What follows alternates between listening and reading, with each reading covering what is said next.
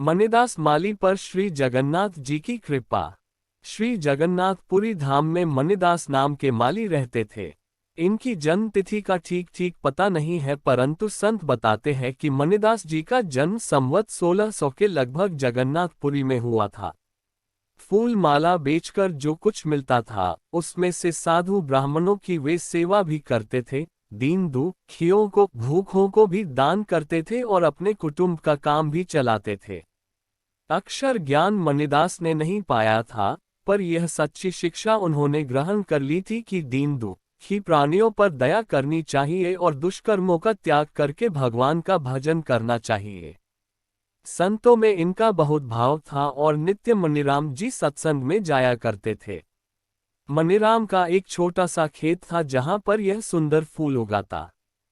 मणिराम माली प्रेम से फूलों की माला बनाकर जगन्नाथ जी के मंदिर के सामने ले जाकर बेचने के लिए रखता।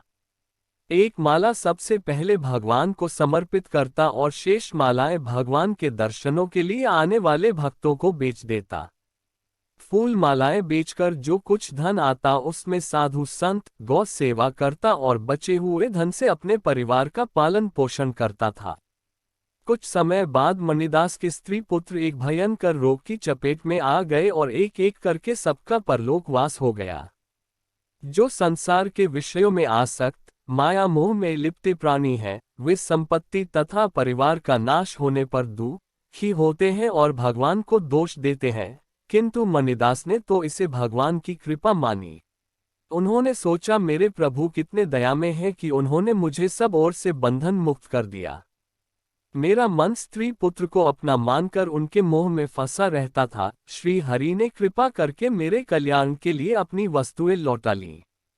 मैं मोह मदिरा से मतवाला होकर अपने सच्चे कर्तव्य को भूला हुआ था। अब तो जीवन का प्रत्येक क्षण प्रभु के स्मरण में लगाऊंगा। मणिदास अब साधु के वेश में अपना सारा जीवन भगवान के भजन में ही बिताने लगे। हाथों में करताल लेकर प्रातःकाल ही स्नानादि करके वे श्री जगन्नाथ जी के सिंह द्वार पर आकर कीर्तन प्रारंभ कर देते थे। कभी कभी प्रेम में उन्मत्त होकर नाचने लगते थे। मंदिर के द्वार खुलने पर भीतर जाकर श्री जगन्नाथ जी की मूर्ति के पास गरुड़ स्तंभ के पीछे खड़े होकर देर तक अपलक दर्शन करते रहते और फिर साष्टांग प्रणाम करके कीर्तन करने लगते थे। कीर्तन के समय मणिदास को शरीर की सुधि भूल जाती थी। कभी नृत्य करते, कभी खड़े रह जाते, कभी गाते, स्तुति करते या रोने लगते, कभी प्रणाम करते, कभी जय जयकार करते और कभी भूमि में लौटने लगते थे। उनके शरीर में अश्रु, स्वेद, कंप, रोमांच आदि आठों सात्विक भावों का उदय हो जाता था। उस समय श्री जगन्नाथ जी के मंदिर में मंडप के एक भाग में पुराण की कथा हुआ करती थी। कथावाचक जी विद्वान तो थे, पर भगवान की भक्ति उनमें नहीं थी। वे कथा में अपनी प्रतिभा से ऐसे ऐसे भाव बतलाते थे कि श्रोता मुग्ध हो जाते थे।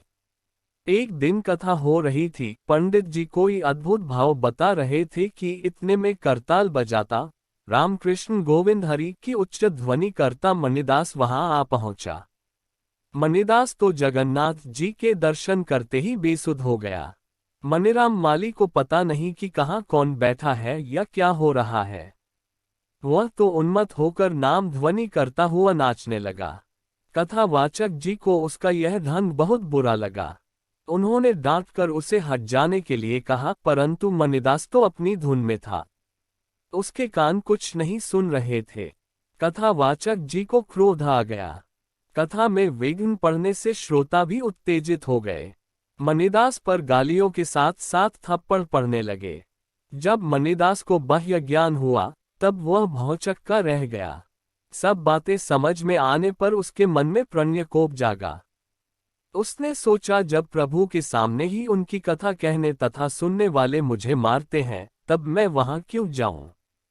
जो प्रेम करता है उसी को रूठने का भी अधिकार है। मणिदास आज श्री जगन्नाथ जी से रूठकर भूखा प्यासा पास ही के एक मठ में दिन भर पड़ा रहा। मंदिर में संध्या आरती हुई, पट बंद हो गए, पर मणिदास आया नहीं। रात्रि को द्वार बंद हो गए। पुरी नरेश ने उसी रात्रि में स्वप्न में श्री जगन्नाथ जी के दर्शन किए।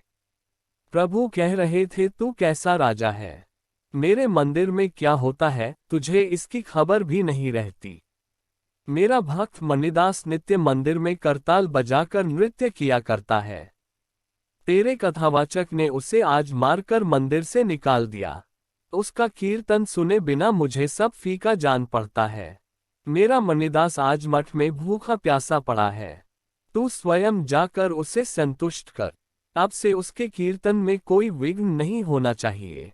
कोई कथावाचक आज से मेरे मंदिर में कथा नहीं करेगा। मेरा मंदिर तो मेरे भक्तों के कीर्तन करने के लिए सुरक्षित रहेगा। कथा अब लक्ष्मी जी के मंदिर में होगी। उधर मठ में पड़े मणिदास ने देखा कि सहसा कोटि कोटि सूर्यों के समान शीतल प्रकाश चारों ओर फैल गया है। स्वयं जगन्नाथ जी प्रकट होकर उसके सिर पर हाथ रखकर कह रहे हैं, बेटा मणिदास, तू भूखा क्यों है? देख, तेरे भूखे रहने से मैंने भी आज उपवास किया है। उठ, तू जल्दी भोजन तो कर ले। भगवान अंतर्धान हो गए। मणिदास ने देखा कि महाप्रसाद का थाल सामने रखा है। उसका प्रणयरोष दूर हो गया। प्रसाद पाया उसने। उधर राजा की निद्रा टूटी। घोड़े पर सवार होकर वह स्वयं जांच करने मंदिर पहुंचा। पता लगाकर मठ में मणिदास के पास गया और प्रणाम करके अपना स्वप्न सुनाया। राजा ने विनती करके कहा कि आप पुनः नित्य की भांति भगवान को कीर्तन सुनाया करें। मणिदास में अभिमान तो था नहीं, वह राजी हो गया। राजा ने उसका सत्कार किया। करताल लेकर मणिदास स्तुति करता हुआ श्री जगन्नाथ जी के सम्मुख नृत्य करने लगा। उसी दिन से श्री जगन्नाथ मंदिर में कथा का बाँचना बंद हो गया। कथा अब तक श्री जगन्नाथ जी के मंदिर के नैऋत्य कोण में स्थित श्री लक्ष्मी जी के मंदिर में होती है। मणिदास जीवन भर श्री जगन्नाथ जी के मंदिर में कीर्तन करते रहे। अंत में श्री जगन्नाथ जी की सेवा के लिए लगभग 80 वर्ष की आयु में मणिदास जी भगवान के दिव्य धाम पधारे।